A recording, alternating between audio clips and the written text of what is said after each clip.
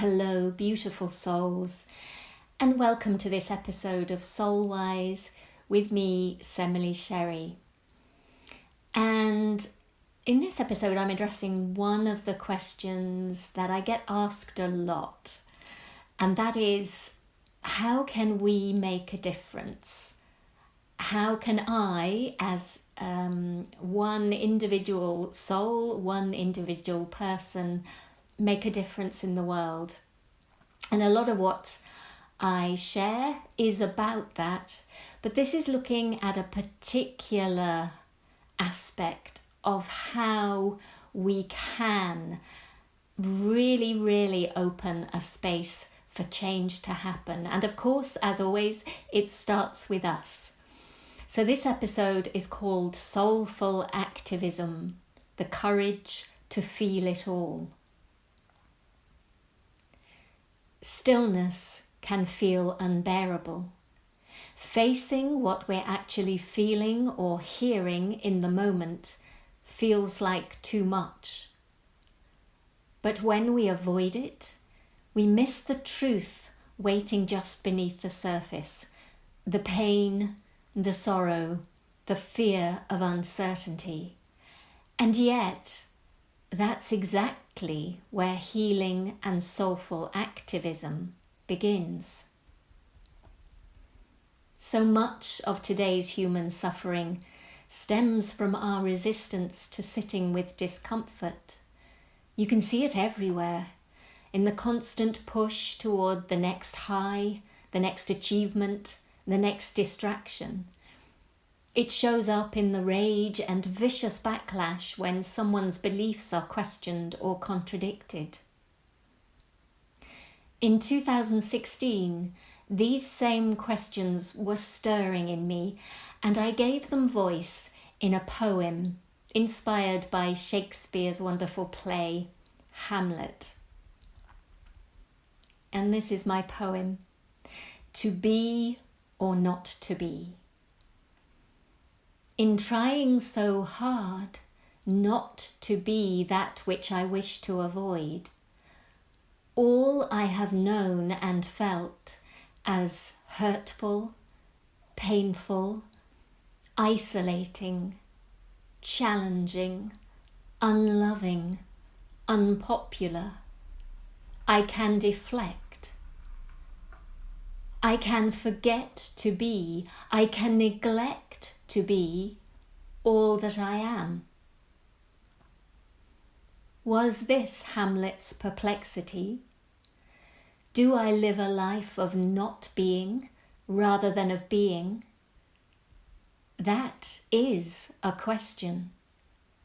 For one is spent on denial, repression and suppression, perpetual fight or flight.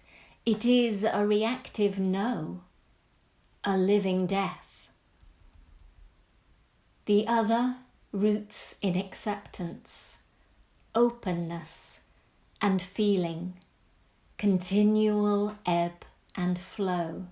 It is a passionate yes to life and rebirth.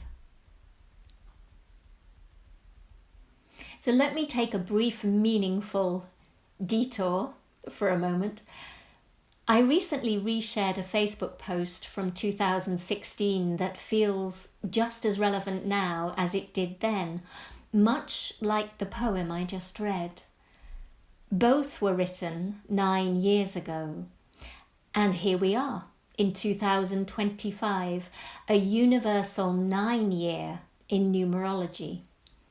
A year of endings, completions, and deep reflection. It's a time to release what no longer serves, to clear space for the renewal and possibility of the cycle to come. There's something quietly powerful about that alignment. With hindsight, I know that while I'd recognized this truth shared in this poem with my head back in 2016, it's taken the past 9 years to fully experience it with the rest of me, and the learning continues. later on in the famous soliloquy, which inspired that poem, Hamlet says, "To die, to sleep no more, and by a sleep to say we end the heartache and the 1,000 natural shocks that flesh is heir to. 'Tis a consummation devoutly to be wished." Yes, he's speaking about death and even suicide as an escape.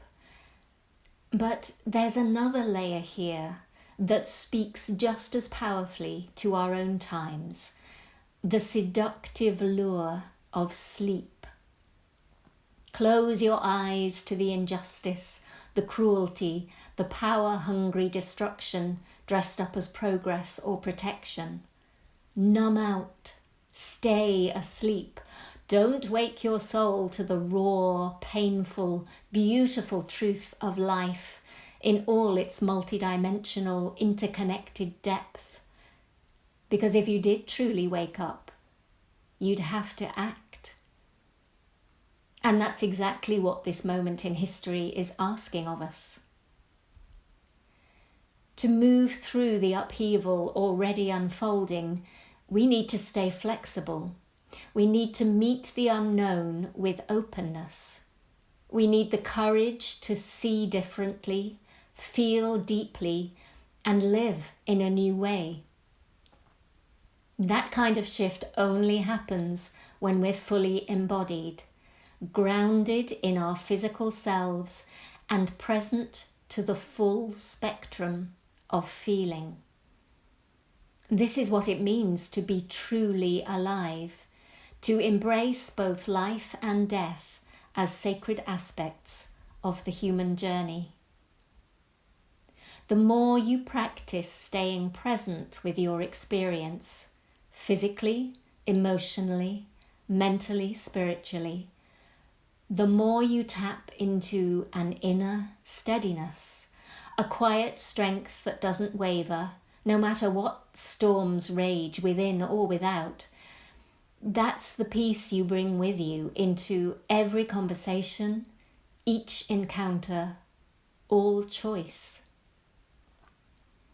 Peaceful presence isn't passive.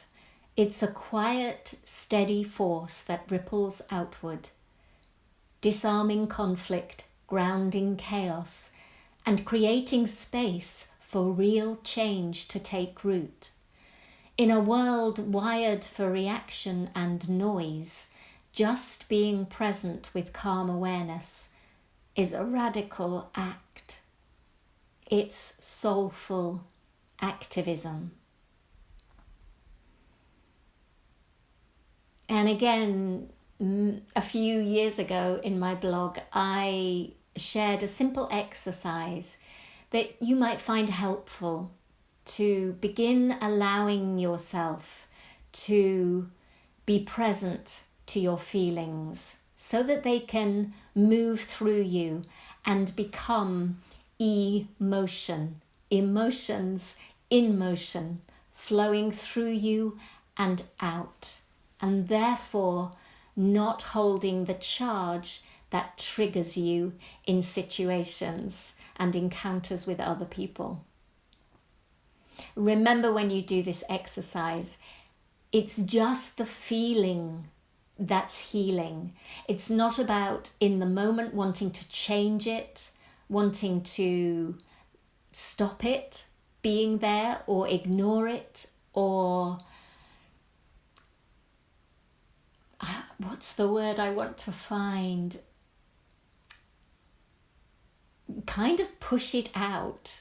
And I think sometimes we can feel like we're being open to the feeling, and yet we're not.